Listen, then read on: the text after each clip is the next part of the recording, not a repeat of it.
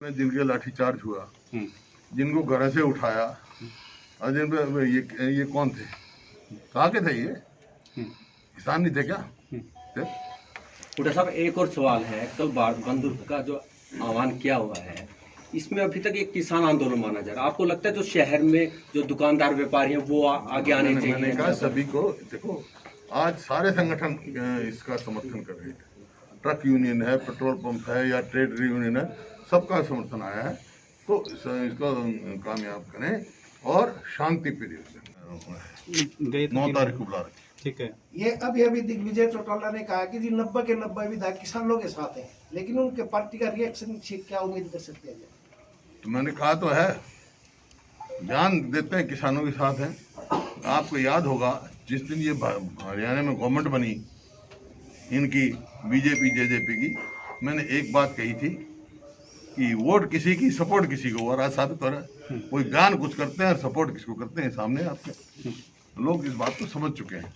और जो अविश्वास प्रस्ताव आएगा उसमें और सबका चेहरा बेनकाब हो जाएगा। अविश्वास प्रस्ताव में सर किस तरह की तैयारी? आप ये मत बताइएगा आपकी विधायक से बात हुई या नहीं हुई, आप इस बात को मना कर चुके हैं, लेकिन कांग्रेस की या नेता प्रतिपक्ष की अविश्वास प्रस्ताव वाली तैयारी कैसे? ये सरकार लोगों का और विधायकों का विश्वास खो चुकी है। इस वास्ते अविश्वास कानून के लिए, कानून व्यवस्था के लिए भी, बेरोजगारी के लिए एक ऐसे हालत परिस्थिति हो गई है हरियाणा में। सब आपस मतलब लोग जो है अपने आप को असुरक्षित महसूस आप कह रहे हैं कि जेजेपी की कुछ निर्दलीय विधायक समर्थन सरकार से वापस ले रहे हैं। क्या आपका सेशन बुलाना, सरकार को आईना दिखाना, या सरकार, आप मानते हैं सरकार कहीं ना कहीं हालत में आ चुकी है? हाँ, जो जिस हिसाब से वो तो लगी रहा है। बाकी इसी वास्ते हम बुला रहे हैं भाई। कुछ मैंने कहा डबल स्टैंडर्ड भी लोग कर रहे हैं। वैसे तो कह रहे हैं हम किसानों के साथ हैं और समर्थन जारी करें, वो पता लग जाएगा नो कॉन्फ्रेंस में कौन किसके साथ। इसी में मैं जोड़ना चाहूँगा, क्या जो विधायक जो समर्थन कर रहे हैं किसानों का, क्या उनमें से किसी उन लोगों ने आपको आश्वस्त किया है कि अविश्वास प्रस्ताव लाने की मांग की जाए ताकि सरकार को गिराया जा सके? वो खुद ही बयान दे रहे हैं। बाकी ये सारी बातें किससे क्या बात हुई मैं आपको बताने वाला नहीं। सर, किसान तो बढ़ गए हैं कि रद्द ही करे जाए कानून। हुड्डा साहब, किसान तो अब इस बात पे अड़ गए कि कानून ही रद्द किए जाए, फाड़ दिए जाए, बदलाव पे छोड़ दी उन्होंने। तो इस पर क्या कहेंगे? चलो, जो बात मैं कह रहा हूँ, किसानों से बात करके उनका जो भी मांग है वो पूरी की जाए। कानून रद्द करने के अगर कानून सरकार जाए कानून रद्द करे। मांग तो उनकी मतलब बेसिक जो चीज़ तो एमएसपी की है ना, जब ये मांग उठी है, जो उसका उनका अधिकार है, और किसान को डिस्ट्रेस सेल ना करना पड़े, तो उनको ये आशंका है ये कानून जो है उनके हित में नहीं है। और वो ठीक बात है, कानून ये किसान के यूं के यूं रहे तो किसान के हित में नहीं है। मैंने 14 अगस्त को, अगर आपने ट्रिब्यून पढ़ा होगा, उस दिन आर्टिकल लिखा था कि अगर ये 3 कानून आए तो चौथा और लाना चाहिए कि जो भी एमएसपी से कम खरीदे उसको सजा का प्रावधान करें। किसान कह रहे हैं, किसान ने 11 दिन हो गए किसान धरना दे रहे हैं, लेकिन सरकार का जो रुख है वो अड़ियल दिखाई दे रहा है अभी तक। तो क्या लगता है सरकार की मंशा कहाँ खोट है, कैसे क्या? और किसान नेता भी सर इसमें एक बात और ऐड कर लें, अड़ियल रुख नहीं रखना चाहिए, किसानों की बात माननी चाहिए, क्योंकि आज नहीं तो और ये बढ़ेगा। मैं 2 साल पहले गया था पीपरी मंडी में, बताया भी था, मेरे पास रसीद पड़ी है। 9 पैसे किलो बेचे आदमी किसान ने, और मार्केट में क्या रेट होता है। इस प्रकार से इसी वास्ते आज ही मैंने गवर्नर साहब के पास पत्र भेज दिया है, जो बात कही थी सारे विधायक साथियों से सबसे बात करके, कि तुरंत जो है इमरजेंट असेंबली सेशन बुलाया जाए, क्योंकि ये तीनों कानून और एपीएमसी एक्ट में जो हम बदलाव लाना चाहते हैं, जो एमएसपी से कम खरीदेगा उसको सजा होगी, ये उसमें लाना चाहते हैं। और एपीएमसी एक्ट पूरे प्रदेश में लागू हो, जैसे हमने करा था कॉन्ट्रैक्ट फार्मिंग में, उसमें एनफोर्समेंट ऑफिसर को कहा था कि कॉन्ट्रैक्ट जो होगा दोनों का उसके सामने होगा, किसान का भी और जो कॉन्ट्रैक्टर है उसका भी सामने होगा, उसकी मांग होगी।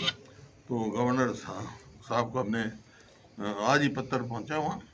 और इसके अलावा आज कानून व्यवस्था बिल्कुल चौपट हो गई है हरियाणा में, और जिस प्रकार से किसानों को रोका गया इतनी सर्दी में, कोरोना काल में वाटर कैनन का इस्तेमाल किया, टीयर गैस, और ये जो रखा गया।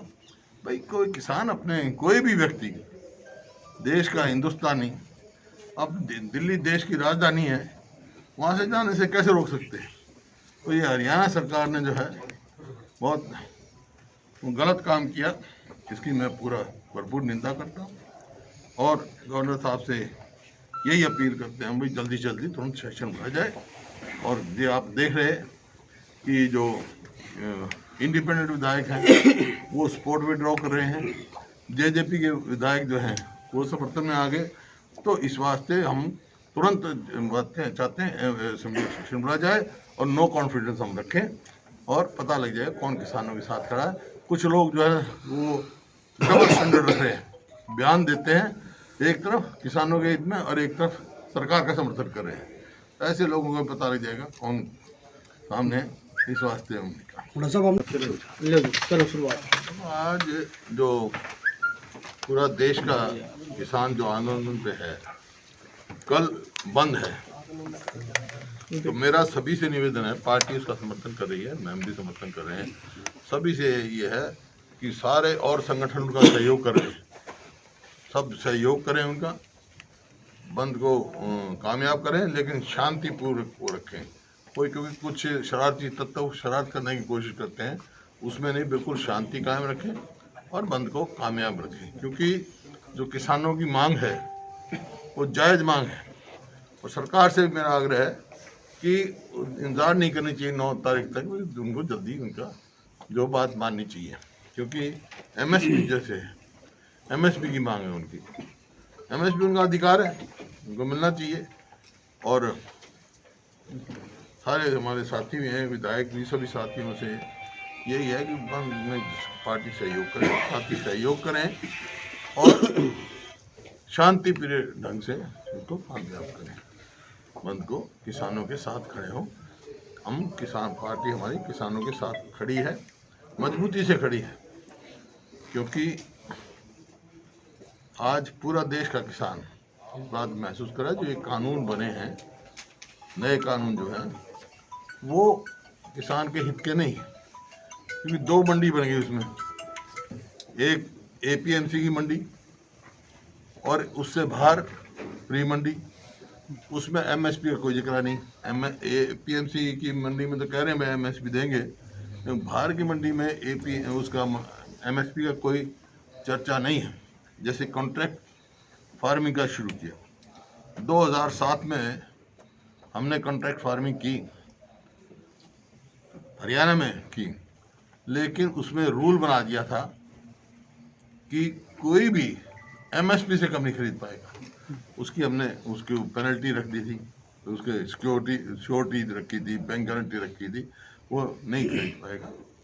इस प्रकार से जो अब जो है मंडी से बाहर, जो एपीएमसी मंडी के बाहर कोई टैक्स नहीं है, तो उतरती बात है किसान को डिस्ट्रेस सेल करनी पड़ेगी। जब किसान की फसल आएगी तो उसकी कीमत नहीं मिलेगी, लागत भी पूरी नहीं होगी, सस्ती जाएगी। और जो होर्डिंग की लिमिट खत्म कर दी है, इससे ये हुआ कि जो बड़े बड़े कॉरपोरेट्स हैं वो होर्डिंग करेंगे और डिमांड एंड सप्लाई से जो के हिसाब से कीमत बढ़ाते रहेंगे।